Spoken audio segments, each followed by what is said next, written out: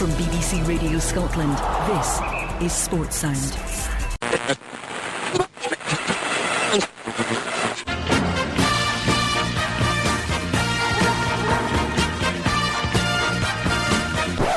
Don't be stupid, boys. Turn off Clyde, support your side.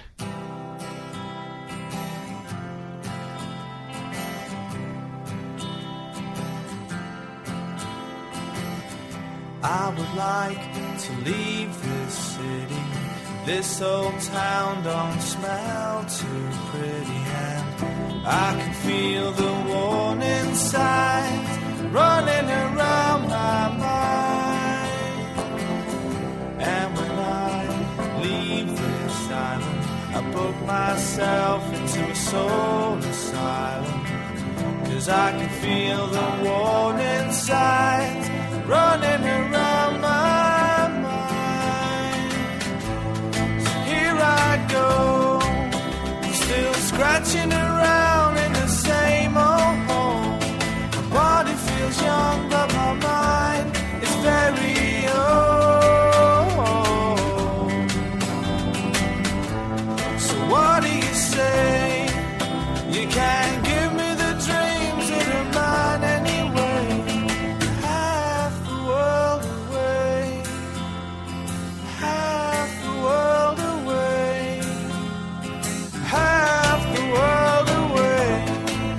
I've been lost, I've been found, but I don't feel bad.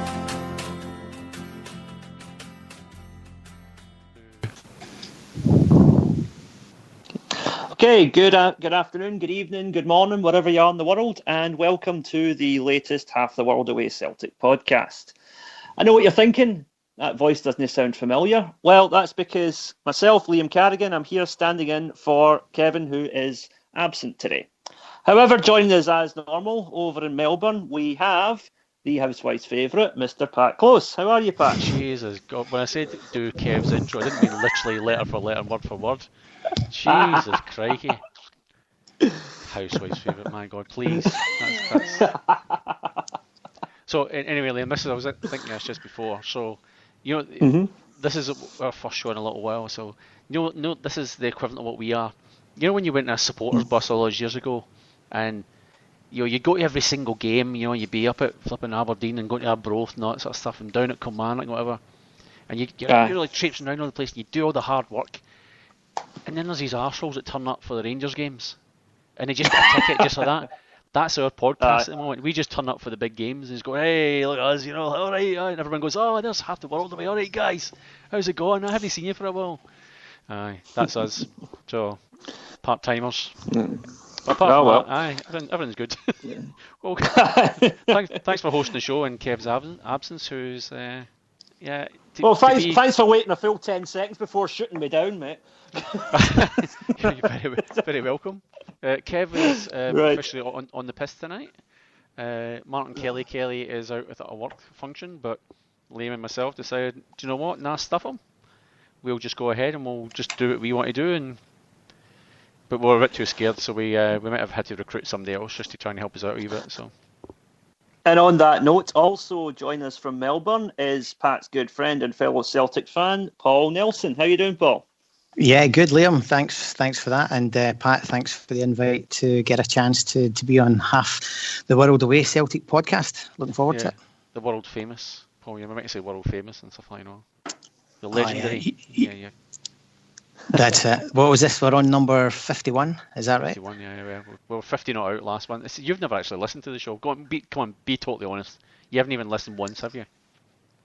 That's correct. No, I haven't. Yeah. So this is talk about a baptism of fire. This is Paul.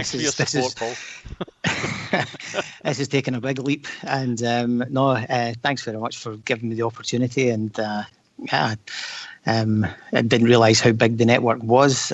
We had a bit of a conversation when Paul Larkin was in town about this and the podcasts, and it really is amazing. You can get so many people around the world connected this way. It's fantastic. So just before we go then, maybe give people a little bit of your background or where you're from originally, and you know what you in Melbourne, that sort of stuff. I mean, there is a bit of an interesting story, and I'm actually not sure if you're allowed to tell people kind of what you do in there's a bit of a link to Celtic there as well. So I guess I'll leave that to you to decide whether you want to say it or not. But yeah, give us a bit of your background. That sounds as if it's something dodgy. I've been in Melbourne for 12 years now, and I've been involved with the Jockstein Celtic Supporters Club in Melbourne with Sean and Colin, Pat, Martin, etc. We've been involved. We've been moving homes recently. We've had to move from a few different pubs, but now we're back in a quality pub in St Kilda. And this season, obviously, things are picking up significantly with a few games that are bringing in some extra fans, etc. So that's all that's all really good. Always been connected with Celtic wherever I've been travelling or out of Scotland, and certainly the supporters clubs make everybody feel at home. And I think, again, Paul Larkin, when he was here last week, made reference to the unique Celtic family when he's been, Sydney, Brisbane, and over in Perth at the moment. So that's my connection and how I always stay in touch with Celtic. I was also coaching for a year and playing as well for St Kilda Celts, which have got a bit of a connection with Celtic, and also a coaching programme or company that I run at the moment have just signed up to be one of Celtic's international partners for their academy, which is just a fantastic opportunity, and that's going to allow players here in Melbourne to not only join Celtic's elite player programme with incredible benefits, but also just to be involved with the local soccer camps, which are going to start here in April with the Celtic coaches coming over. So it's a big statement from Celtic to be involved, I think, at this level and really push to get the name and the coaching across Australia. And the guy Tony Macy in Glasgow has been working really hard across all of Australia, coordinating this, and I'm sure it's been a bit of a challenge, but he's got it happening. There's a programme in Brisbane in April, 100 kids from Australia, their talents to the coaches, and a select few of them will be taken over to Glasgow to train at the academy and go to a game, go on Celtic TV, etc. And it could be a life-changing event for them. So I think all credit to Celtic in coming up with this initiative, and I'm delighted to be part of it. Yeah, excellent. Yeah, I mean, we've obviously been part of the supporters club. We kind of acknowledge what you've been doing, and we know you're kind of very excited and stuff like that, and in terms of what's going to be happening, and also the fact that you've put a lot of work into it as well, working with the guys back in Glasgow, back at Celtic Park, to get things up and running. So I know it's been a thing you've been pushing for years, and I think some have tried it and it hasn't quite worked out, and I know you've got sort of different ideas from theirs, and it's fair dues to you, it is a lot of hard work, and my boys have been to some of your coaching classes, and we think, well, obviously for normal kids, they're not quite Celtic standard just at this point, but it's just good fun, and you maybe give your, I'm not sure how many in Melbourne would actually be listening to this, but maybe give your business a bit of a plug, and if people want to go and have a look at sort of what you guys do. I know you haven't mentioned your business name or your coach's name and stuff like that, but give it a bit of a plug as well if you want. Yeah, well, it's Impact Soccer is the name of the company. We coach in over 100 primary schools in Melbourne at the moment. We've got some of the best coaches working for us, real passionate coaches, both male and female, that want to make an impact for themselves and for the kids. I think last year, over 13,000 kids we ended up coaching through that programme. So, fair play to them. They've travelled a lot of places across Melbourne and Victoria, even a 3-hour trip down the coast to coach a school and come back. So they are very dedicated, but I think the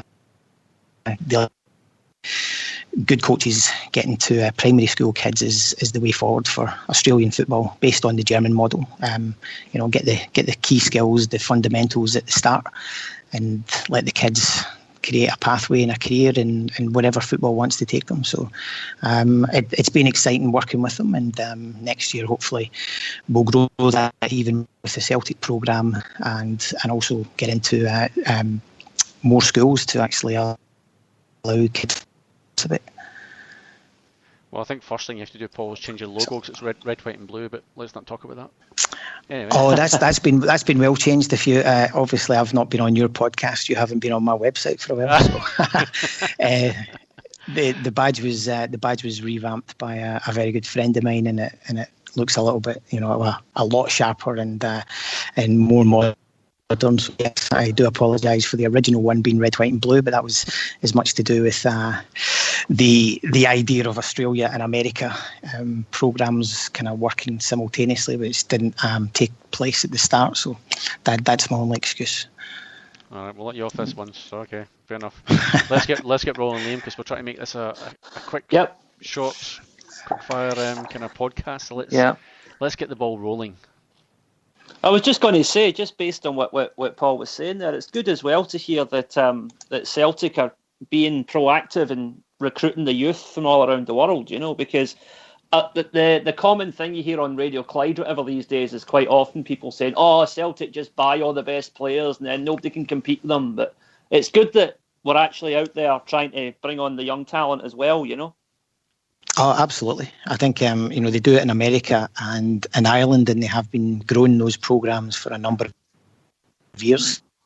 And I think they've got plans to, go elsewhere. It's not, and I think it's a great way of doing it. It's a great way of getting the brand out there as well. And it's not being in the EPL makes that challenging, but it's an easy win to be, I guess, people over here's second team. Because it's a great story, and if they're present and you can see them, and it's making a difference to young kids through coaching and just having an opportunity, then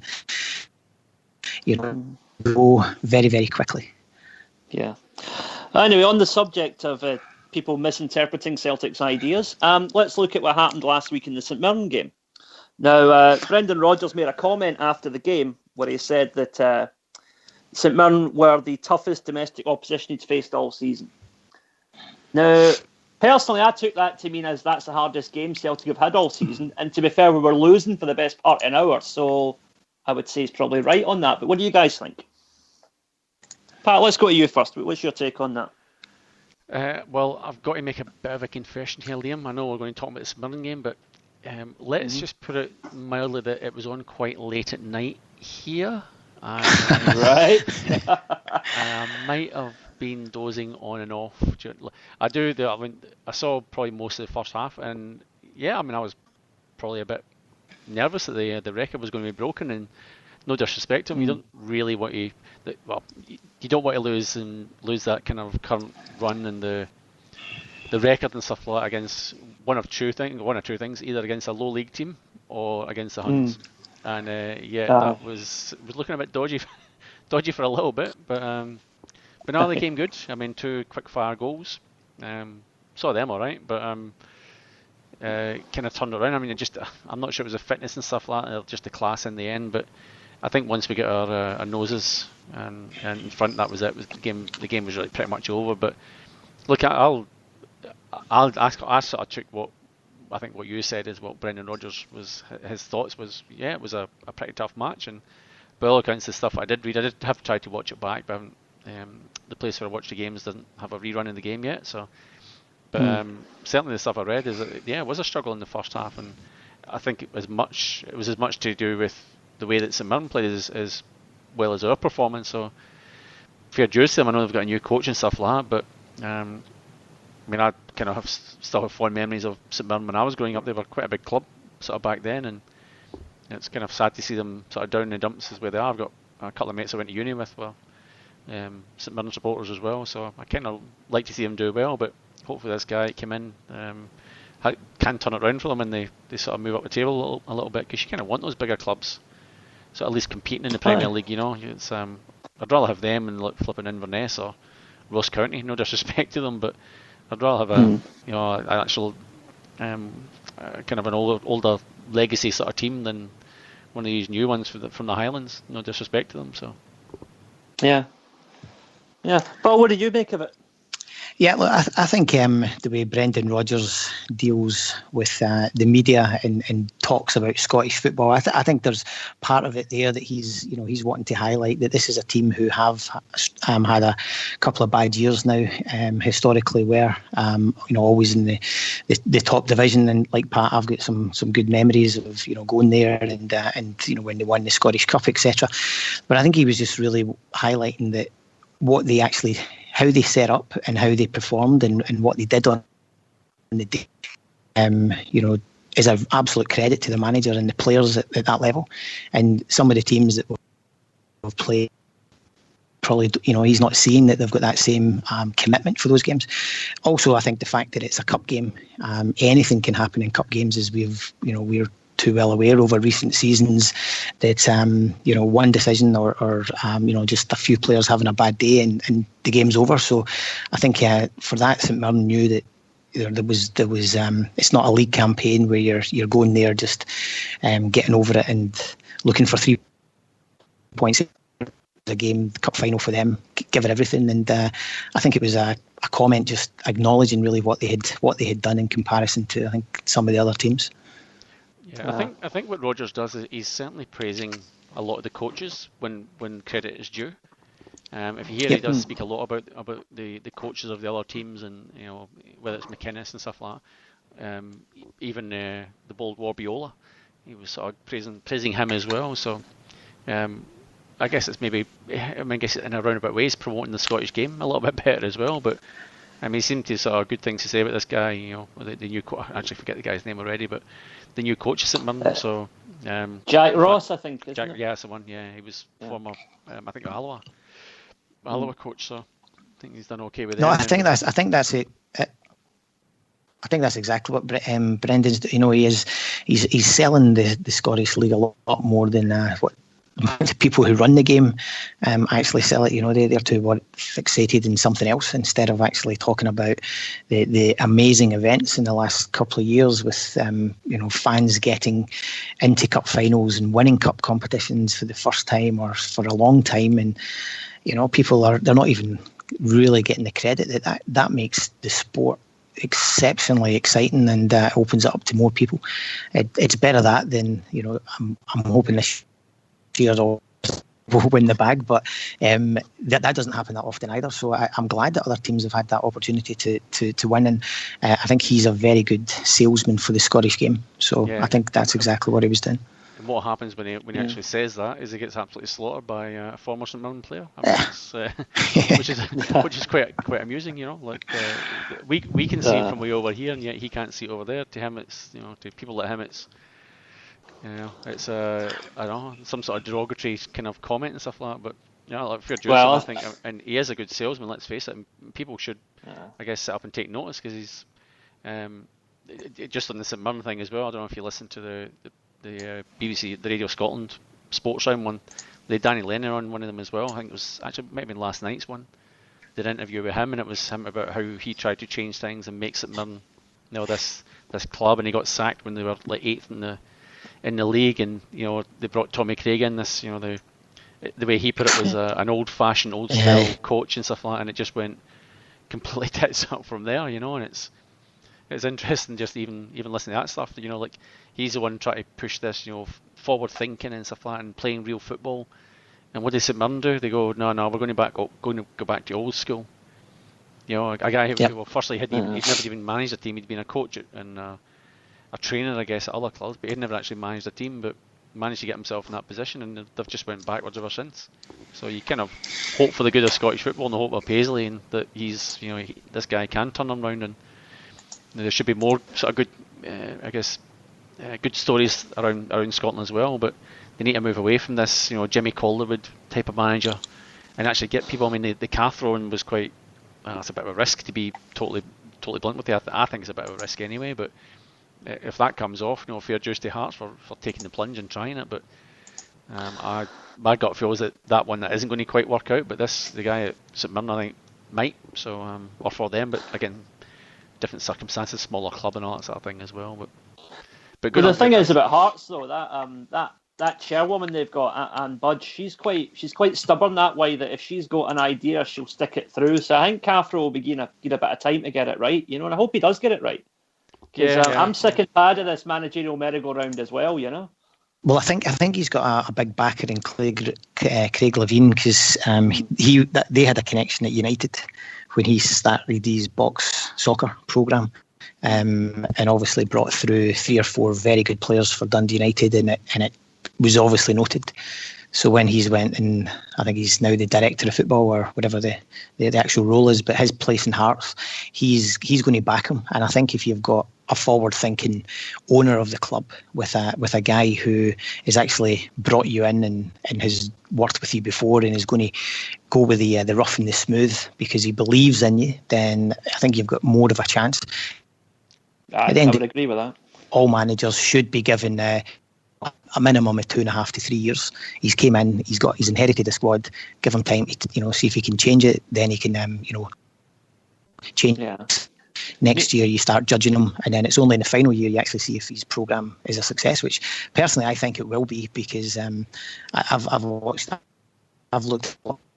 Box Soccer do it. It's a very impressive programme. I think the simplicity of it and the basic skills that it's teaching young kids is exactly the way to go, and it might just take Hearts a few years for that to filter through. So. Yeah, I'm sure they'll get there in the end. You're breaking up just a little bit, Paul, as well. So just you might get asked to repeat a few things every now and Oh, then, right, but, sorry. Yeah, Right. no, it's just that you're clear, but then it just sort of goes all kind of distorted for a few seconds. It's happening like every minute or two, but so keep it short. Oh, okay. That's fair enough.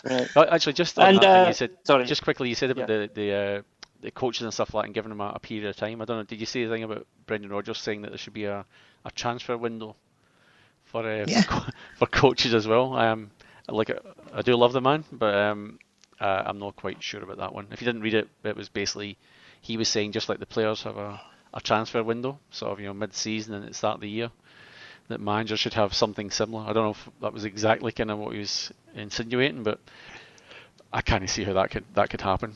Because No. You think of teams even like even what Leicester are doing at the moment. Leicester, they had a great manager. He obviously won the league from last year and all that sort of stuff. But bottom line is they're desperate. They can't afford to go down. So they are. For me, I know people are sort of criticising it, but the directors are the ones that I guess custodians of the club and stuff like that. They just have to make a bold decision. And if they keep losing games, then they're going to go down. Simple as that. So as good a manager as he is, I mean, it's again a pretty bold statement, but getting back to Brendan's stuff, I just can't see any of that ever happening. What about you guys? No, I think that what he's saying about that though is obviously he realises the idea of a transfer window for managers is ridiculous, but it is a bit of a stupid thing in modern football. This reflex of the team's pissed, so let's sack the manager. A lot of teams, they just instinctively get rid of the manager. Then you have that maybe 1 or 2 games where they win a couple of games, but if they don't have money, then the team isn't going to get any better. At the end of the day, Brendan Rodgers transformed Celtic, but he did buy 2 or 3 really good players to improve that team as well. That needs to be, you need to remember that as well, Yeah, true. I mean, there are some managers that can come in and change things, not quite instantly, but after a relatively short period of time. But I think it's that whole. For me, it's just a sign of desperation.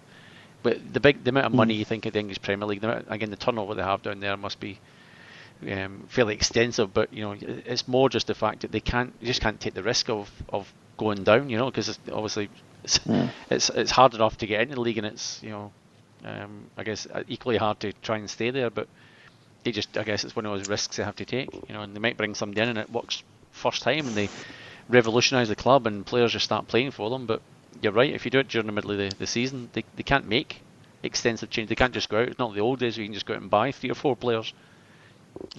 Maybe a lot of it's not really on, I think, just the buying the players, because people forget that you might have a 15 or a 16-year-old that is going to come in and be better than what you could buy, but you have to give it another couple of years.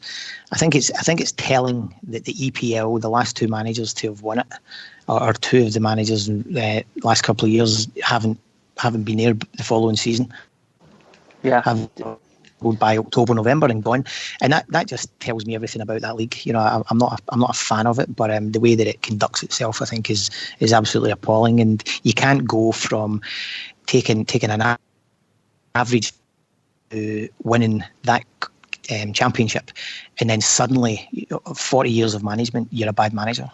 Just doesn't happen. So yeah, on the subject of English people saying and doing things they shouldn't, let's move on to our next subject, which is this Muppet Jason Cundy, who I'd never even heard of until a few days ago.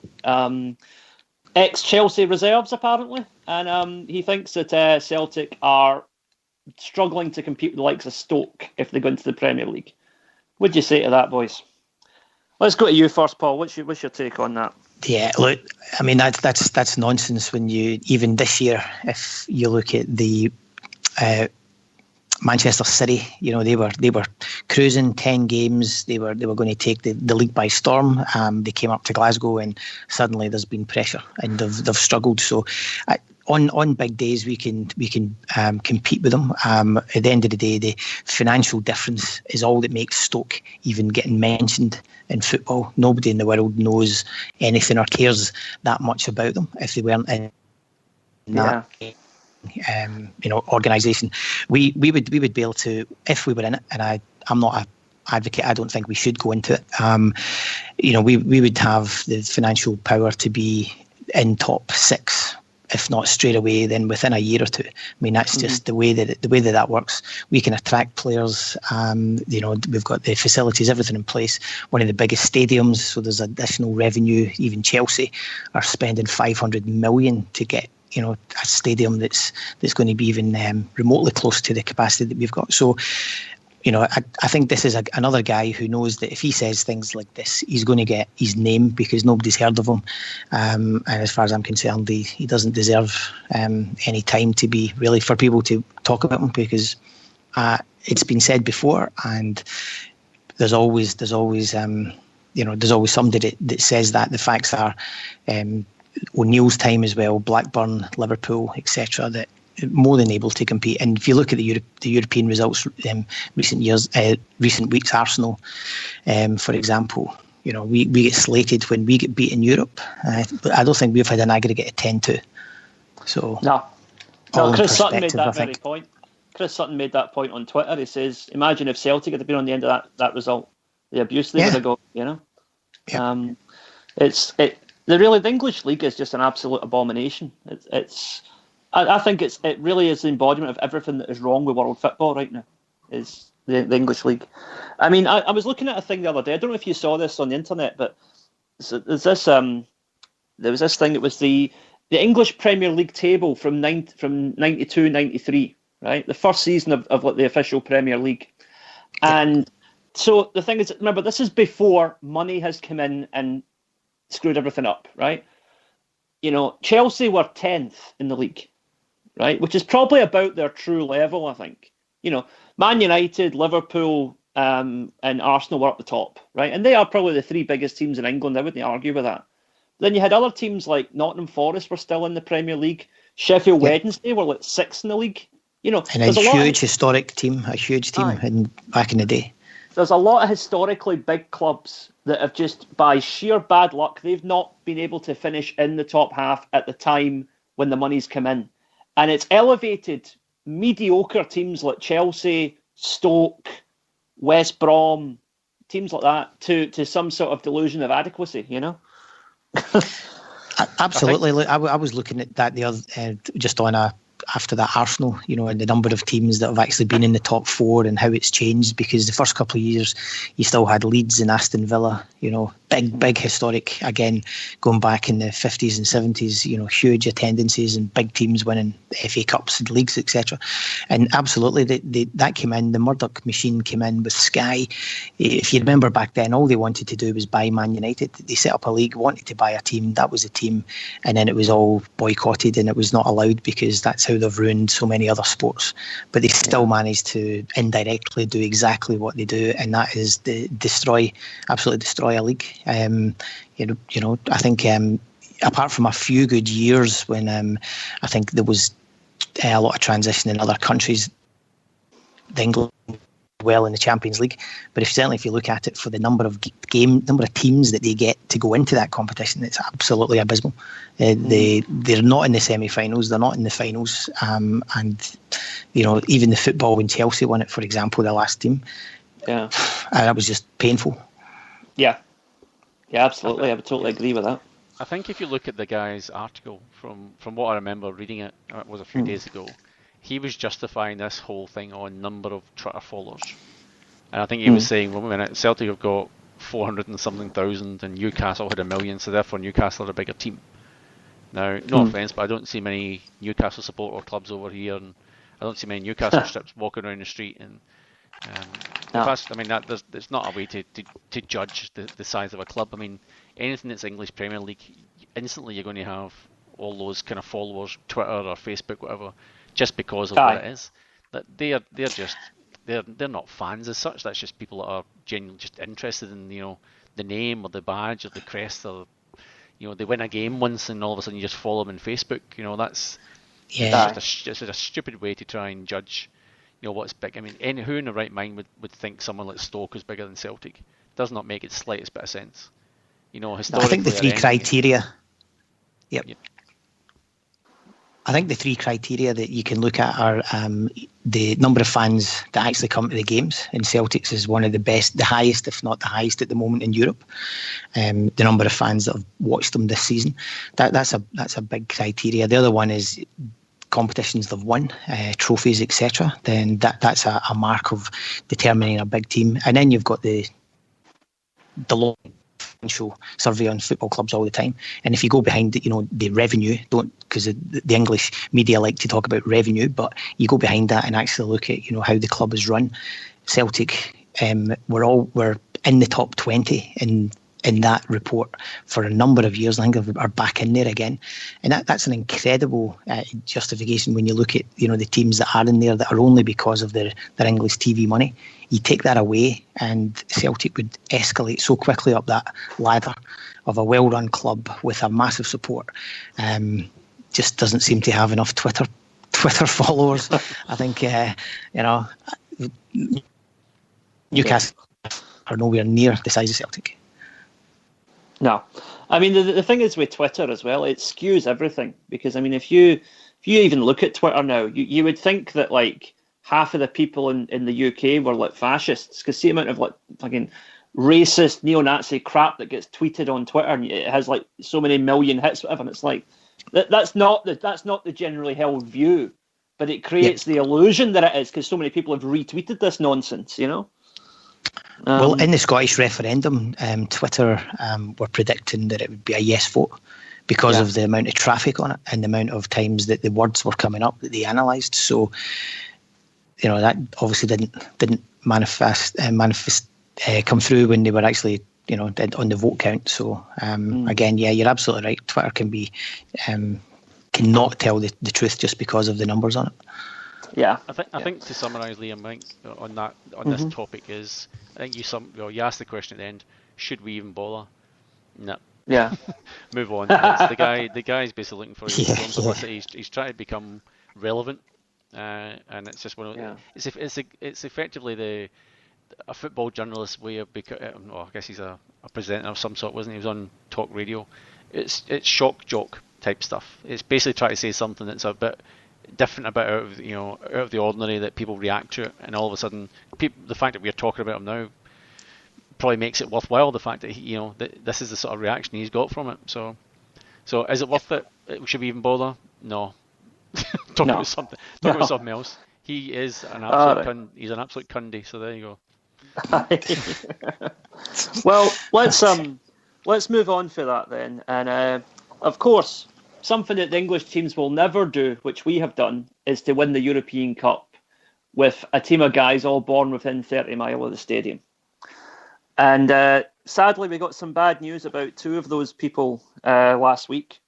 So maybe let's just spend a wee minute to talk about that. We sadly lost Tommy Gemmell last week, and Billy McNeil isn't keeping too well at the moment. So what's your thoughts on that situation, gentlemen? Let's go to you first, Pat. Yeah, shocked. I guess being this far away, I mean, people back there might know that these guys, if they are in ill health or they're doing okay, but you're this far away from it, you don't kind of get that sort of information. If you know what I mean, it's just kind of, it's not until the worst happens and you hear about it. And I mean, I was actually listening to the Radio Scotland podcast. I think a lot of Celtic fans would have, and it was with Archie Macpherson and these sort of guys on it as well. I don't know why Chick Young was on it, but that's another story. And it was a nice kind of tribute to him, and you kind of forget how. I guess it's not you forget, you being reminded, I guess, of the impact that he had and the style he had, and actually having an attacking, left back. It wasn't just he wasn't just a defender. He was, I guess the modern day kind of fullback where he's up and down the park, and it was, and you hear about people, and you kind of forget that back in those days it wasn't like that. Defenders defended, and that was pretty much their job, and all of a sudden you have this new philosophy that Steen manufactured, that you actually have, you utilise these guys, wing backs, I guess we would have called them back then, where they're actually up and down the park and being more of an offensive role rather than just in a sort of negative defensive sort of format. But so that alone is a very sad story, because he did come across as a nice guy, funny, witty, sharp-minded and stuff like that. So I'll be totally blunt with you. The Billy McNeill one's probably a bit more of a probably impacted me a bit more, because my mother actually had dementia. That's how she passed away, and it does. And I'm going to have to try and talk quickly, because I'll start welling up when I don't want to cry in a public forum. That's not a very nice thing to do, but it does. It brings it back. All those kind of things that your own family member went through, and it's one of the most horrible diseases. I mean, it's not, you don't really compare it, but I know just from the experiences that we had with my mother, it was just, it's like, you're basically alive in your body only. Your brain's just not there, and it's, when I went back, once my mother was diagnosed, my mother's came on really quickly, and I think by all accounts, I'm kind of reading between the lines, I think Billy's has as well, and it's not a common thing. It's one of those things, you get diagnosed with it, but it's a slow progression until you get to the worst of it. Whereas certainly with my mother, it came on pretty quick, and to walk into a room where your mother's sitting, she doesn't recognise you, is devastating, and that's kind of what they'll be experiencing at the moment. And again, I'm actually starting to well up now, so I'll move on quickly, but. The Billy McNeill one really, it does hit pretty hard, and anyone who's went through it will testify. It's a horrible disease, so you kind of feel for Billy's family and what they're going through, because they've got it's a horrible road ahead, and it's, whether it's short or whether it's long, it's not going to be a nice path. So God bless him. Yeah. Well, let's try and put a more positive look at this then, Paul. What's your best memories of Tommy Gemmell and Billy McNeill then? Yeah, well, I mean, I would say the thing with these guys in this team is it's 50 years ago. This took place, but I think when anybody thinks of them, they think of them as that team, as young men. Even the celebrations of the centenary. When they were back and Celtic started reconnecting and start celebrating what they had done again, they have defined this club. They have defined, everybody that supports Celtic knows about them, and I think that's why it's harder when you see, when you hear, that now, there's a few of them passing away and ill health and everything else, because they, as soon as you mention Celtic, they come into your head. So I think that's why it hits everybody. It hits everybody most. Obviously. Well, I was born in 71, so I didn't see any of them play. It's all on video and stuff. But luckily, when the likes of Bertie Aldis came out to Melbourne, and I had functions and caught up with them, they're just legends. The stories they tell you, the advice they give you, they will always live on, for doing that. And I think if going back to the previous point about Celtic not being a bigger club than Newcastle, we were the first Northern European team to win that cup competition, with a team that God knows what it would be worth nowadays, for the way they absolutely destroyed the favourites in that competition. And then obviously we're in a final, 2 years later. We were in quarterfinals and semi-finals for, something like 5 out of 7 years. So that team would have been worth an absolute fortune. It would have been up there with the famous players now at Real Madrid. So didn't see them, but obviously they had a big impact in my love for Celtic, and I'm sure everybody else is feeling the extra emotion when it's these players that are unfortunately in the news like this. Well, one of them was playing during our early days. I was born in 71 too, and Bobby Lennox was in and around the team. In fact, he was. You're right. He was there in the 1980, the famous Scottish Cup. Right? He was playing that one. So, because I remember he was the one that I think he went to celebrate with. I think he was the first one I remember. Going to celebrate with George McCluskey from memory. That kind of shocked looking, the little flick that went past Peter McCloy, and I'm sure that was the player in the background that kind of ran after McCluskey to celebrate. So. And he was playing. I mean, it was kind of on the fringes of it. I think he was came on as an impact kind of sub, but that's about the only time I guess I would have seen any of them kind of play. But yeah, all kind of before my time, sadly. But you kind of feel sad at these times when it kind of makes you go back and read up on these guys when they kind of pass away. I mean, I did the same thing, went to Celtic Wiki and that sort of stuff, and you read about. I didn't know that. Tommy Gemmell went and played. Well, I'm not sure he played a game in America, but he went to America and played in Miami. Or certainly signed for a Miami club before coming back to Dundee. And I had no idea that actually happened. But it's always situations like this that make you go back and read and find out a bit more about these things. So I always kind of promise myself I'm going to, take the time and go and do it before they pass away. But I haven't had the luxury of meeting sort of many Lisbon Lions, John Clark at one stage, but. Kind of that makes me sad a little bit. I've just never had the opportunity. I'll tell you actually, one day our supporters bus in Airdrie had a Christmas function, and we went to Celtic Park for this Christmas function now, and it was one of those things of we'll meet some of these Celtic legends, and you get in there and you're thinking, who's it going to be? Bertie? Will it be Bertie? Maybe Jimmy Johnson might be there. Turned up. Frank Connor. That's who we got. Fucking Frank Connor. Oh, Jesus Christ! You want a Lisbon Lion and you get Frank Connor, nice guy and all that, but not quite the same level. Yeah, not the same level, but he's definitely he's been in and around Celtic for a long time. He was there with Davy Hay and the likes, so I'm sure he would still have kept you entertained. Yeah, he was good value, to be fair. I mean, I'm being a bit mean, I guess, but you're going in there, you just want somebody that sort of ilk, Billy McNeil or something like that. But I'll never forget it. Frank Connor. Well, I had the privilege of meeting both Tommy and Billy McNeil back in the day. Tommy Gemmell, I don't remember too much of him because I was only about 10 years old at the time. I tell you what it was. It was the I don't know if you guys were there, the night of the Jungle's last stand. When Lisbon Lions played against the Man United 68 team in a friendly and beat them 3-1. We Jinky chipped the keeper for 40 yards. And I remember being there, and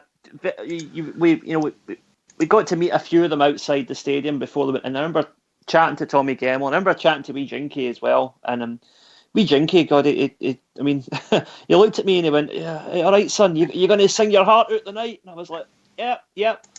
And I was like, to my dad, I went, "Was that Jimmy Johnson?" He's like, "Aye, son." I went, "Oh, God, I didn't even say hello to him." Oh, classic. But then my meeting with Billy McNeil came a good few years later when I was about 21. I was just getting ready to move to Japan.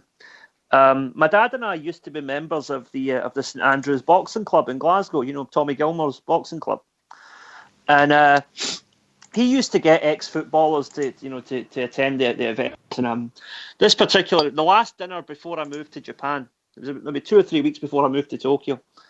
There was Billy McNeil and Alec Ferguson were the two guests of honour at the top table, and it was kind of surreal sitting there with probably two of the biggest names in Scottish football history, right? And they're both absolutely steaming drunk and telling absolutely filthy jokes, And And I remember Billy. Billy just was. It was about maybe 11:30 at night. We're all waiting for the taxi home. The night had officially finished, but we're standing at the bar still having a drink. And my dad was working with Celtic at the time in the stadium catering. He was his recruitment company had some of the staff in there at that point. So he was on sort of first name terms with Billy McNeill. Wasn't his mate, but knew him to talk to. And so Billy came over to talk to us, and he says, "Oh, Bill, how you?" My dad's Bill. He says, "How you doing, Bill?" I said, "All right." So it's my boy Liam. How you doing? I shook his hand. He says, "Liam's moving to Japan next month to start a new job." Now, remember, Billy is steaming drunk at this point, right? He looks at me and he goes, "Oh, son, you'll have some fun in Tokyo, eh? Or the Chinese birds."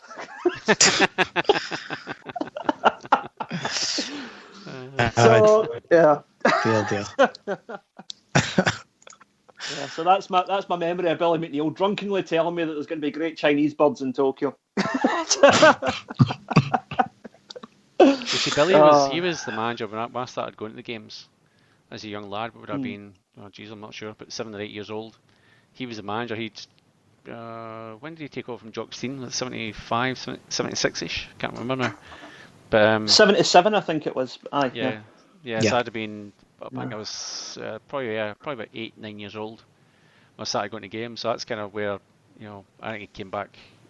When was it? Aberdeen? Did he go from Aberdeen to Celtic? No, I can't quite remember. Yeah, I think he did. Yeah, because Yeah, so that was kind of my kind of element. It's like you never really, at that sort of age, you don't think of him as being a Lisbon Lion. Like you know about Lisbon Lion because your uncle used to take us to the games and he would talk about them, but you never really thought about this is the guy that lifted the cup. It's not until you're a bit older and you realise yourself, you're like, my God, And I was lucky at one stage to go to Lisbon on a business trip and. With a bit of time off, and the guys went, "Would you want to do?" And I want to go where Billy McNeill lifted the cup. So he took me down to the stadium and managed to shove my way through some of these big metal stone pillar things and stood in the spot just because I went and do the Billy McNeill pose. You're standing there with holding the cup up, but you don't think of it back then when you're a little boy. He's just a manager of a team. You know what I mean? Just like every other one was. Just the same way Davy Hay was when he came in. And it's not until later in life you kind of realise the impact he had in the club and Scottish football as a whole, as you said. So, so fair dues to his family. They've got a ride ahead of them, but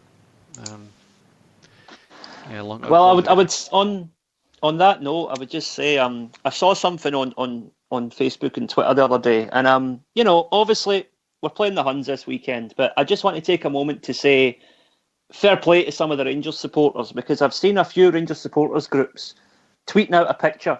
And it's one of the pictures it's like two pictures put together, and it's Fernando Rickson and Billy McNeill, and it says, "Here are two brilliant footballers, both fighting horrible illnesses, and let's wish them all the best." And well done, boys. Nice touch. Yep. It's actually interesting. Yeah, absolutely. On that Radio Scotland podcast, there was some comment about that, and it was about the fact that Tommy Gemmell, he said, and I forget who was he mentioned. I think it was Chick Young. Can't quite remember.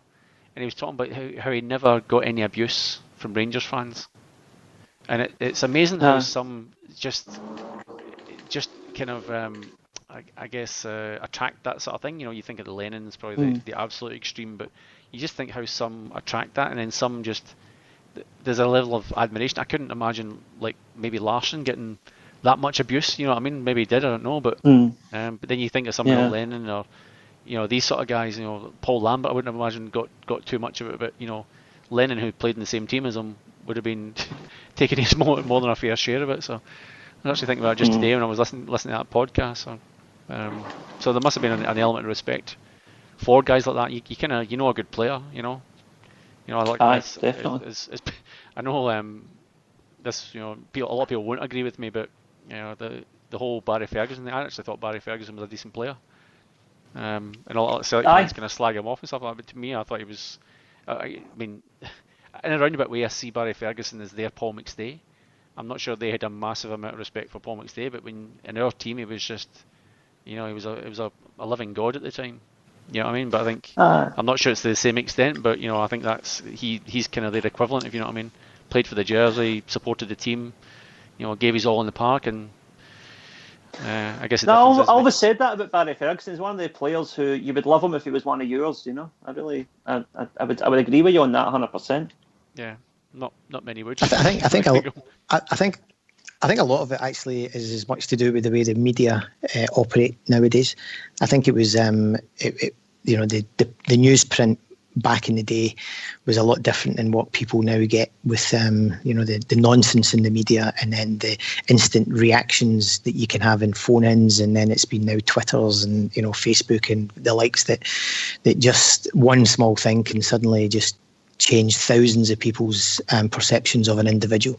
And it can be organised in Neil Lennon's case. That was we all know why that he was picked on and selected, and that was continued through the media, through photographs, through the words that they would use. It was always ferocious or angry and all that sort of stuff. And then you can look at photographs of managers at the exact same time in the exact same position, trying to get their point across to a linesman or whatever, and it's never discussed. And it was always so. There's an ugly side to that. The Lisbon Lions, I think, had they been involved in the way that the media is now, they would all have been getting, I think, that side to it as well, because they were, they would have been disliked. But you only, stoke the fire, and it doesn't take much nowadays for that to happen. And suddenly somebody's, that's it. Decisions made on every level. But anyway, well, a good way to move into the weekend. Yes. So we've got our latest run-in with what's happening at the weekend. Is there something going on? There's some tribute actor playing at Celtic Park. Oh, right, okay. Tonight, Matthew, we're going to be Rangers. No, So, we're playing them on Sunday, and running up to it, of course. There's a lot of usual false optimism for the Hun press, but Frank McAvenny had to laugh. I saw his interview last week, and he says he reckons that we could beat the 7-1 possibly. So what's your thoughts, guys? First of all, what do you think the score's going to be, just off the bat? I'll go for 2-0 to Celtic. I think Madden will have a big part to play in the game. I think Rangers will be there for damage limitation. The gap is there. The points don't even indicate the difference in quality. I think at the moment we are firing on all cylinders. I know they obviously had a recent high scoring game, but I think even if things do start getting a little bit feisty or whatever, I don't think the players have enough heart and enough care really dig seriously deep to get something from this game. So I think it will be a pretty ugly game for the majority of it, and I think Madden will do whatever he can to slow it down, break it up, get a couple of early bookings for us, if not get his promotion on a red card. But I think 7-1 would considering the scorelines of the game earlier in the season's definitely possible if it was on a level playing field. Okay. What do you reckon, Pat? I'm kind of thinking along the same lines. I think a lot depends, I guess, on ourselves getting a strong sort of start to the game, getting an early goal, that sort of thing. I'm not quite sure 7-1 would be there, but I think we actually spoke last podcast. I think all of us went for I think with a choice of A, B, C, or D, and we all went for a 7-1 win to try and make a mark in history for our era. Not back in the 50s and 60s and stuff like that, when there was 50 whatever.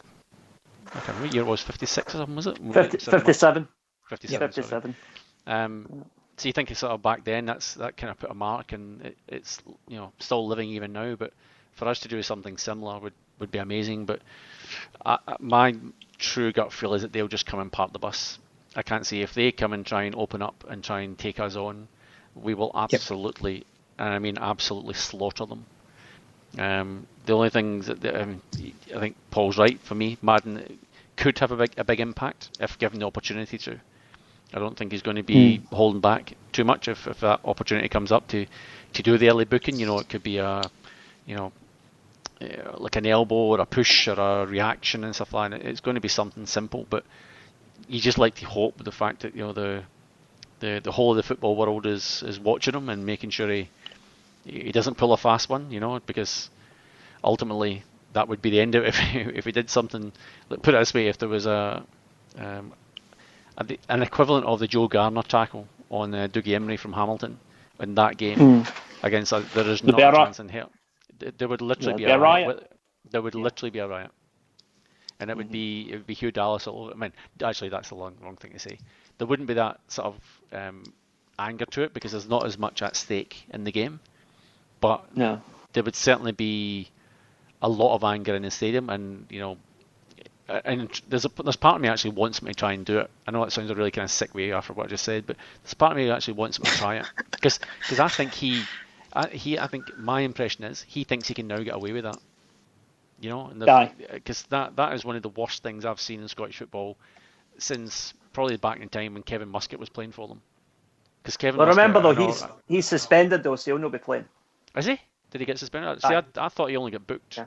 Did he get booked? No, he got a yellow card for it, and that takes him over the points threshold. Oh, okay, so he's there you go. Shows you how much attention I pay on them. So, yeah, I was actually. It does ring a bell actually when you say that. Like, that was the case. But I guess what I was thinking was, did he actually get booked for that incident? Because if he got booked, then the SFA couldn't. They're not allowed to actually suspend them further, if you know what I mean. He did get booked on it, I think, and that's so it can't be retrospective or anything. So that's because that indicates that the referee saw something, so they can't go back and say that he missed it. You look at that thing, you say that there is obviously something going on because there's not a chance in hell you can get that incident. You get the one of the goalkeepers like a yard out the box. I know they were saying he was a couple of yards. He wasn't a couple of yards out the box. He was probably half to a yard out the box. I mean, that's more a linesman call and stuff like that. But you just think, I haven't seen the penalty they got. I'll be honest with you, I didn't watch that, but apparently that was fairly disgraceful as well. But would that have made a difference between a 6-0 win or defeat, which way you look at it? I'm not so sure. But when you look at that sort of thing, it just puts in that element of doubt. I mean, obviously Paul and myself watched the Paul Larkin movie in Melbourne last Saturday, and it does get you thinking a little bit sometimes when you see kind of what's happened in the past and then you see the Joe Garner thing and you think, so wait a minute, if that was even in a public, a public amateur league somewhere, or a public part, sorry, in an amateur league, the Bells Hill League somewhere, and you'd get sent off for that. Take it away with the fact it's in a stadium with 40-odd thousand rabid Huns in it, but it's just. You just shouldn't get away with that. It goes beyond me how on earth you could actually get away with that. So it does make you think there's something more sinister going on in the background. And I think the cup games are the only thing that can keep the lights on at the moment, just to get some cash coming in. That's the way I've looked at it. Yeah, and that's maybe their ultimate, I guess, aim is to for that to happen. But there's not really anything at stake on Sunday. My gut feel is that they'll just come and park the bus. I don't think that guy is going to have the balls to come out and try and take his on. And I hope he does. I hope he's seen a 6-0 victory and he's seen the sort of last minute win or whatever against Inverness, was it? A couple of weeks ago, I can't remember now. I think the Friday night game they played. Yep. So yeah, you kind of hope that they come with a bit of confidence, a bit of overconfidence, and come and try and take us on because we will rip them a new one. And yes, that 7-1 may or may not happen. But I just can't see. I can't see how any of the advisors to this guy is going to come out and say, "No, take them on because you can beat them." We haven't. That was the last. We're not letting in many goals. We're solid in midfield. I'll be totally blunt with you. Boyata still worries me in the middle of the park. I think he's. I'm not quite saying bomb scare kind of scenario, but I think I do have an element of doubt that if something lapse of concentration is going to happen, it's likely going to be him. Tierney's playing well, Lustig's playing well, Sviatchenko's playing well, all the way forward, and Beaton as well. I think I wouldn't bring the new guy in just yet. I think Beaton's done okay, but I'd probably keep him in for that game, and I think they've obviously got sights that they're going to bring in Ibui between now and the end of the season, but I don't think Sunday's kind of the right game to chuck him in there, but He's a fairly solid-looking lad, so maybe bring him on later when the game's out to be sewn up or something. But yeah, probably. I was even thinking today, are they going to score? If they park the bus, then absolutely not. If they come out and try and in matches, then yeah, they might sneak a goal somewhere. But I wouldn't be surprised if it was another high-scoring game. But again, I wouldn't be equally surprised if it was a 1-0 win, because basically an 11-man defence, you can do. I don't think they've got the quality to do that for a full game, so I think we would get the win, but I don't think it would be quite as high scoring as people would think. So 7-1 or 2-0, I would say at the moment I'd probably go more than 2-0. What about you, Liam? I'm not sure about this one, to be honest. I mean, we'll win, right? There's no question we're going to win, but I just think that it's... See the fact that I remember the first time we played this new Rangers and we beat them 2-0, and was it the League Cup a couple of years ago? And I remember the way they were celebrating only getting beat 2-0. You know, they were talking as if they'd won the game. Oh, that's a great result, and we've done well. We're on the way back, you know. And it's like, is that their mentality now? That we are that far ahead of them that they'll actually take a beating as long as it's not a severe one? And I don't know if they'd be allowed to do that, because they are so angry and so hurting right now. I don't think their own fans would allow that. A couple of years ago, when they were still in the second division, they'd have got away with that. But now I think they're going to have to come out and have a go, because their fans just won't accept anything less than that. Because in their mind, it's still Rangers, and they should still be competing with Celtic. You know, they haven't quite grasped the reality yet that they aren't the Rangers anymore. You know. Yeah, and I think what you're looking at, you're looking at the extreme Rangers fan, but I think any normal, is there such a thing as a normal Rangers fan? But you know what I mean. You know. But I think if you were a reasonable, logical Rangers fan, you'd be sitting there going, they are better than us in every department on the ground and on the park, and we just have to avoid getting smashed. And I know, like, there's this whole thing I've got about, you know. Actually, there was something I was reading. I think it was on Kerrydale Street. It's really the only Celtic forum I go to, and these days I just don't have time to read as much as I used to. But I was reading a bit of the thread on the Sevco game coming up, and there was a bit in there about some guy saying about how many shocks really there's been. You know, like, you know, it's one of those ones where you say, is it going to be like a 6-1? Is it going to be a 2-0? Is it going to be a 0 each draw? And he said, well, if you look at it, there's not really been that many shocks since year 2000. I think there was the one that when we went to Ibrox, I think we were a few men down. We went 2-0. Remember Samaras?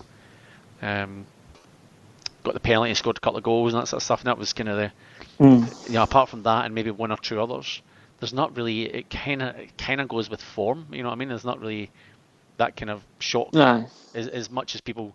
The whole thing about basically, oh, it's a derby and anything can happen in a derby. The way this guy was posting, I wish I'd actually got his name now, but it was pretty much saying, you know, it more often than not does go with form. And the fact is, if we're going by form, apart from let's be honest, they've beaten Hamilton and they've beaten Inverness. We're not talking flipping Aberdeen or Hearts or, you know, that sort of, you know, the upper level in the league. But if we're going by form, yeah, potentially that 7-1's there.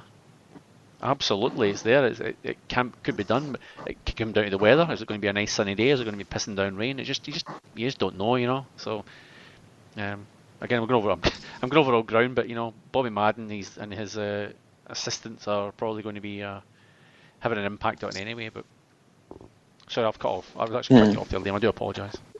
No. I mean, I can totally see where you're coming from, but I just think that a combination of the false optimism in the media, the refusal to accept that this isn't the same Rangers they grew up with, it's all just coming together for me to show that they are going to get one almighty shock if they go out in the park and they realise just how far apart we actually are. Because we beat them 5-1 early in the season, right? But I think that in the minds of a lot, I mean, you think it's the extreme, right? But I think there's a lot of actual Rangers fans who are like, oh no, that was just a one-off and we get caught cold and we'll be ready this time. And they're thinking, because we only beat them by 1 goal in the cup and by 1 goal in the last game, they're thinking like, oh, we're actually getting closer to them. It's like, you're really nowhere near us. But in their mind, they're thinking, well, we're closing the gap, It's not a gap, it's a chasm. And I actually, to get to my point, I think we'll beat them probably 5 or 6-1 at the weekend. I think it'll be a reminder of just how far apart we actually are. I'll go 6-1. 6-1. I don't know. I think this part of me thinks that they'll be arriving with fear, and that will just make them, I said, park the bus. They'll stick Kenny Miller or whatever up front, whoever they've got left, and that'll be it. They'll just let him run into balls, and they'll just they'll get to the point where they'll be happy with just punting the ball into the box. But we've got, if we get Sinclair on the ball, we get Dembele on the end of them. We got Tierney overlapping and stuff. I just can't see how they can. They can't keep us out for the whole game. Put it that way. But look, it might all come down to that refereeing decision. You never know. It could come down to that sort of first 5 minutes and flipping. I said, and Scott Brown gets sent off for a tackle or something like that. As long as we keep the head, we'll be cruising. I think they will try and come and intimidate. I think they will come and try and do a bit of kicking, scragging, whatever you want to call it. But and I think we're better than that. I think we can rise above that, personally. So as long as we don't react to it and don't sort of give them what they want, pretty much, I think we'll be fine. But it comes out to the referee ultimately. But we're the only ones really can give it away. And even with Madden, I still can't see them getting close. Even if we do park the bus, I can still see it being sort of a couple of goals, 2-0, 3-0. If they come and attack, my God, it's going to be hilarious. They won't. Well, they don't have many attacking options, really. I still think that guy Wallace is, but they're only the best attacking option. I know they're saying that Barry Mackay, but Lee Wallace to me is about the only one that actually looks as if he's going to do any damage. And I know Celtic fans kind of slag him off. He's a good player. He's a good. He's probably their best player all round. I think between him and Kenny, it's probably their best players. Well, yeah. I mean, Miller's. For the age of the guy, fair dues to him. I mean, he's doing pretty well for them. He's still knocking goals in. So, but bottom that, even if they score an early goal and then park the bus, I'll still see he's knocking 2-3 past them. But I mean, an ideal scenario, we go out first 5 minutes, we get a goal, get another quick one, and then after that, 7-1's on. Chasing down. I don't know what the pub's going to be like, Paul, where we are, but probably partner on a night if that happens. But yes, a good thing it's a bank holiday on the Monday, so it's bank holiday. Yeah, we'll talk about that a bit later. We'll do shout outs a bit later. I'm working the next day, but I've got a bank holiday after the Sunday when hopefully we'll win the league. So, because if we win this next game, then it's just one more game to win the league, isn't it? I think I read 1 point after that. Yeah. So right. I'm not even sure who we play next. I'm too kind of focused on this one, but But roll on Sunday. So where will you be watching it, Liam? What's your plans for it? Are you going to meet up with your Hunt friend again? Or don't know. I'll be watching it in the house, but the problem is it's a 10 o'clock kick-off and we're working the next day. I don't know if my mates will be able to come over for it, but now I'll be watching it in the house. Get a carry out in and just sit back and enjoy it. And maybe take a sickie on Monday. We'll see what happens. Do they have sickies in Japan? Are they allowed to do that? Yeah, okay, fair enough. No, we have to use our annual leave, actually. We don't get mandated 6 days. But I've still got like 2 days of holiday I need to use before the end of the month, so that might be one of them. Oh, Jesus. If there's a perfect time to use it, that's pretty much it. So, well, Paul, do you want to tell folks out in Hill Media Land what the Bold Jockstein CSC will be doing? And we're going to have 1,000 folk there and singing songs. Oh, yeah, well, that's it. I heard you're providing some of the music as we go. But obviously we've had a few different venues in the last year, but the Elephant and Wheelbarrow down in St Kilda, fantastic venue. We've had a couple of really, really big nights down there this season, and I see Sunday being exactly the same. We've got a strong membership that support us for this, and again, all funds raised at the door will go to charity, as it always does for these events. I reckon we'll have close to 200 down there. I think it'll be a massive night. Looking forward to it. Yep. So Monday Excellent. in Victoria, New South Wales, and Tasmania. So most of the east coast of Australia, it's a public holiday. It's called Labour Day in New South Wales and Victoria, where we are. So Monday's actually a bank holiday, as you call it. But so I think that's hopefully bring a few folk out. The only difficult thing being is it is a Sunday night, and public transport doesn't go all night on a Sunday into Monday. But hopefully we've got a couple of hundred people in anyway. But the first game in the year was, I think it was a Saturday night, wasn't it, Paul? The first one we had. And it was really, really good. It was heaving. Oh my God, I haven't seen that for a long time. But the place was absolutely bouncing. Getting something even close to that would be spectacular. It was just so much fun. There was just you could just feel it. You walked into the room. It's effectively like a small concert hall. So you walk into this thing, the big stage at the back of it, and there's a few different parts to the actual bars. There's a front bar that's kind of segregated from where we watch the games, but people will just basically get in there from early doors and have a few shandies and then sort of wander up. There is a nominal fee on the door. It's a $10 fee on the door, and I'll be honest with you, part of that is pretty much to keep the Huns out. If you make it a free event, people can just wander in and out, but if you make it a paid event, then they have to justify being there. We do, as a club, donate the money, so everything so far has went to the Sacred Heart Mission. And Paul will know, Paul's actually donated, he's taken the cheque along to them a couple of times in the past, so but pretty much that helps kind of the homeless in the St Kilda area. It's basically started from, I think, Sacred Heart Church, I think, in St Kilda area, and it's kind of escalated from there. They make food and that sort of stuff, and they've a whole range of volunteers and what they call op shops over here, so opportunity shops, which is they just sell like second-hand clothes and that sort of thing. So it was a really good, when we kind of moved to St Kilda, I think we were looking for it once. They actually found it because they're actually the charity partners of St Kilda AFL club, and that's kind of my AFL team. And I sent the message to Sean and said, look, have you thought about these guys? And it turns out they must be pretty close, Paul, to where we meet for the games. Are they not nearby? Yeah, they're just down on Grey Street. I've been down there volunteering in the kitchens a couple of times, and it's incredible. You just don't know how efficient it runs, because you're talking a couple of hundred people every single day having to come in and get their lunch.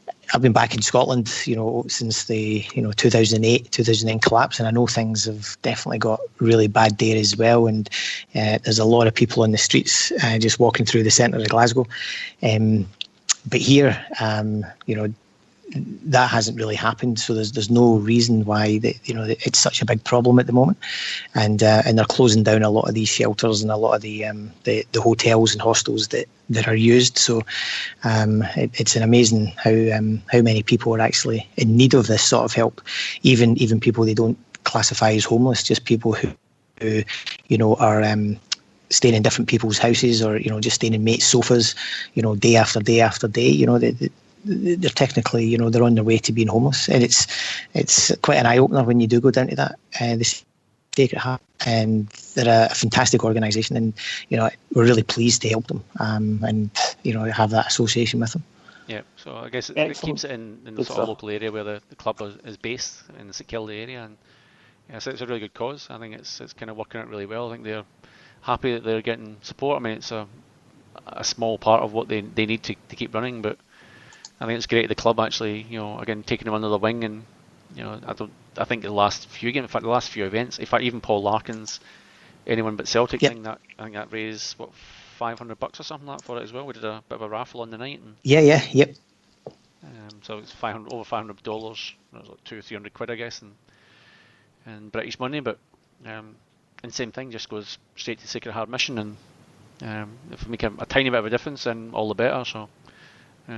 Jockstein, I know some clubs might sort of their target is making money, but Jockstein isn't like that. It's it's very much a community kind of based thing. We do have our fun, but ultimately there's this sort of, I guess, good intention at the end of it as well. So if you are coming along, we do get the odd complaint about $10. That's not fair, but people have to realise that it's not. For me, it's double fold though. I mean, the club probably wouldn't promote it. I'm probably saying the wrong thing, but we have had situations where Rangers fans have come up to try and go into the game and stuff like that. In fact, the last game, from memory, a few turned up and they were paid the money. To be fair, they went in, but they weren't. They weren't kind of nice. Conducted them. Yeah. So they were quickly asked to leave, and they did. And I'm not sure if they asked for the money back, but they could. Yeah, they can shove that.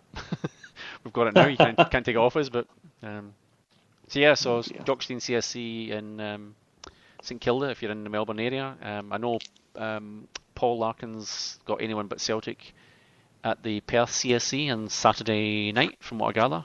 I think it's only $10 entry to that as well. So if you're in Perth, Western Australia, listening, then or anyone there, Paul will be there. And so Paul Nelson, myself went there on Saturday night, and I've got to say I really enjoyed the movie. It was probably better than I was expecting, to be totally fair, but really enjoyed it. Paul's spent a lot of time doing a Q&A at the end of it.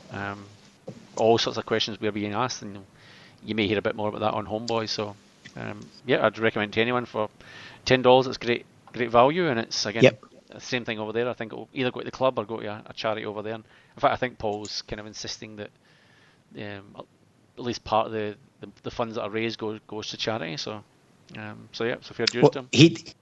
He'd put on his Facebook, all the clubs recently that he's went to, and incredible amounts of money that have been raised from it. It was really, really impressive. And again, it says a lot about what Celtic stand for, and that especially people overseas. That's a very, very big connection between the charity element and supporting the club. Absolutely. Yeah. Okay. So, do we have any other announcements, boys, beside the arrangements for the weekend game? Not from us, yet. Jockstein CSC, St Kilda, Elephant Wheelbarrow. Get in touch. We're on Twitter. If you just do a search for Jockstein CSC or at JSCSC Melbourne, you'll find us, and spread the word. And that's probably about it. So, maybe I guess just a little bit about all the other sort of podcasts around in Hail Media Land. So I could see the Ball Boys were back again. So obviously Homeboys are still my favourite. Colonial, Ewan's still over in spouting them out from Auckland, over in New Zealand as well. Who else? History Boys Abroad, the Smell the Glove guys, everyone's there and thereabouts. So no doubt they'll be doing the podcast in the next day or two. I think Colonial's planning one for just after the game, from memory. I'm probably speaking out of turn. I should have probably asked them before I set up this podcast, but anyway, that's the way it goes. I've no doubt missed some people, but one of the good podcasts that's out at the moment, I don't know if you guys listened to it, was the Chris Davies one that Celtic Underground did as well. If you didn't listen to that one, it was a good interview. It was excellent. I really, really enjoyed that. And it's not so much from the not offence to them, but not so much the podcaster side of it, but more the input that Chris Davies gave. It was I found it really interesting, and some of the stuff that Brendan Rodgers has studied. And I think if you hadn't listened to it yet, search out. It's on Spreaker if you do Celtic Underground, or you'll find it somewhere. I think on iTunes and that sort of nonsense as well. But so tune in to Hail Media. All the guys are there and thereabouts. Get in touch with them. Find out where the next podcast is, and support them as much as you can. Yeah. Turn off Clyde, support your side and all that. Absolutely. All right, boys, I guess we'll call it a day at that then. Eh? So thanks for listening, everybody. And so, Pat, do you want to talk a little bit about the song that's going to be playing us out? Oh, just a normal one. For what's called Tommy's Tunes. It's a song that my cousin wrote for his dad, my Uncle Thomas. Uncle Thomas is the guy that started taking me to the Celtic games all those years ago. So it's just a short couple of minute tune. It's just a little instrumental, so nothing more than that. But it's I just think it's a nice touch from my side of it to thank my uncle for introducing me to the Celtic family and getting me this flipping obsessed. Actually, it's his fault that I'm this obsessed. So anyway, God bless it. Rest in peace, Uncle Thomas. And that's it. So, Puru from over here. Oh, all right. Paul, any final message? Oh, look, yeah, thanks to Liam and Pat for inviting me on. Thoroughly enjoyed that. That was a great conversation, and yeah, I think I'll certainly be listening to a lot more of the Hail Media, and I've got the website up just now as well, and looking at some of the old episodes. I think I'll delve in and listen to quite a few of them. They all look as if they're really pretty damn interesting. So just thanks again for letting me come on, and I'm more than happy to if ever you did invite me back, I'm more than happy to come back. Thoroughly enjoyed it. Cheers. You're welcome back anytime, Paul. So thanks. It was short notice for Paul, so thanks again. Yeah. Hello to Kev, if you actually do listen to this, Kev, you're a big Nancy boy that you are, so out on the piss. And Martin Kelly, Kev, who's out on sort of business and stuff. But, yeah. Thanks for coming on, Paul, at short notice. So, so you don't have to hang up, by the way. Like, you can still hang up. You don't have to hang up just yet. We'll play out with some music, then we'll slag you off at the end of it when no one And boys, but didn't quite make the hour. Didn't quite make it an hour and 20 minutes, but look, by your standards, that's quite short. So considering the amount of pitch I usually talk, we're doing well. Yeah, fair point. All right, and Liam, thanks for okay, boys. So done a great job. If you're going to the game on Sunday out there, people, please stay safe and enjoy yourselves, and all the best. Hail, hail. All right, cheers, guys.